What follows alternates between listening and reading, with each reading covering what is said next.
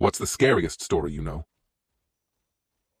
The last thing Liam expected was to be called back to the old house.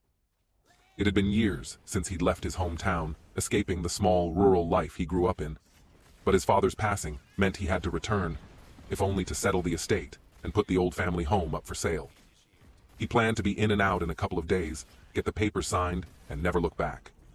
When he arrived, the house looked exactly as it had the day he left, tall and looming, the once white paint now chipped and graying, the windows like empty eyes. A tangle of overgrown weeds and dead leaves coated the yard, crunching under his boots as he made his way up the creaking porch steps. The key felt cold and heavy in his hand as he unlocked the door and stepped inside. The house was silent, save for the occasional groan from the floorboards, as if the house itself was adjusting to his presence. He wasn't expecting anything to feel familiar, but something about the quiet was unsettling, almost unnatural. After a long day of paperwork and meetings with lawyers, Liam returned to the house for the night, exhausted. He locked the door, tossed his keys on the entry table, and headed upstairs to his old bedroom. It felt strange to be back in that space, to see the faded wallpaper his mother had picked out, the bed frame he'd outgrown as a teenager. He left his bag by the door, lay down on the bed, and quickly fell into a deep, uneasy sleep. In the middle of the night, a noise jolted him awake, a soft, scraping sound, like something was dragging across the floor. He sat up, his heart pounding, listening intently. The noise had stopped, but the silence that followed was different, charged. Slowly, he got out of bed and crept to the doorway, peering down the darkened hall. The house felt colder than before, the kind of deep, chilling cold that sank into his bones. That's when he noticed it, the faint outline of muddy footprints on the wooden floor, leading down the hall and disappearing around the corner. He hadn't seen them when he went to bed. His pulse quickened as he considered the possibility of someone being inside the house. He reached for his phone but quickly realized he'd left it downstairs on the kitchen counter. Swallowing hard, he began to follow the footprints, his footsteps silent, his senses alert. He made his way down the hall, around the corner, and froze. The footprints led straight to a closet door at the end of the hall.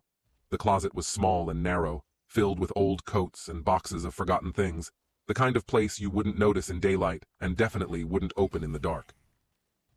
The door creaked open slowly, as if on its own, revealing nothing but shadow.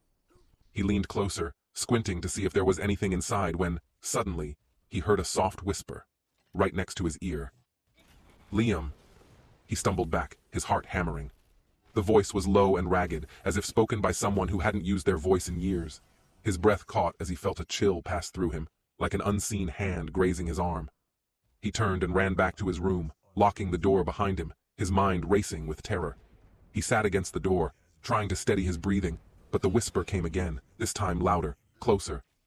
"Liam, don't leave." He could feel his skin crawl, the hair on his arms standing on end. His eyes darted around the room, and then he saw it, the faint outline of a figure standing just beyond the doorway, its shape half visible in the darkness. It was tall and thin, with limbs too long, its head tilted at an unnatural angle, like it was watching him. He blinked, and it was gone. But then he felt it, like a sudden weight pressing down on him, heavy, suffocating. His vision blurred, and for a moment, he thought he saw the figure's face, pale and stretched, its mouth twisted into a grotesque smile. The eyes were hollow, black pits, watching him with a kind of desperate hunger. The figure lunged toward him, and everything went dark. The next morning, when the realtor arrived to meet Liam, she found the front door unlocked and the house empty. His phone lay on the kitchen counter, untouched, and his bag was still in the bedroom. But Liam was nowhere to be found. No one ever saw him again. But some say that on cold nights, if you pass by the old house, you can hear faint footsteps and the quiet, desperate whisper of a voice calling out, "Liam."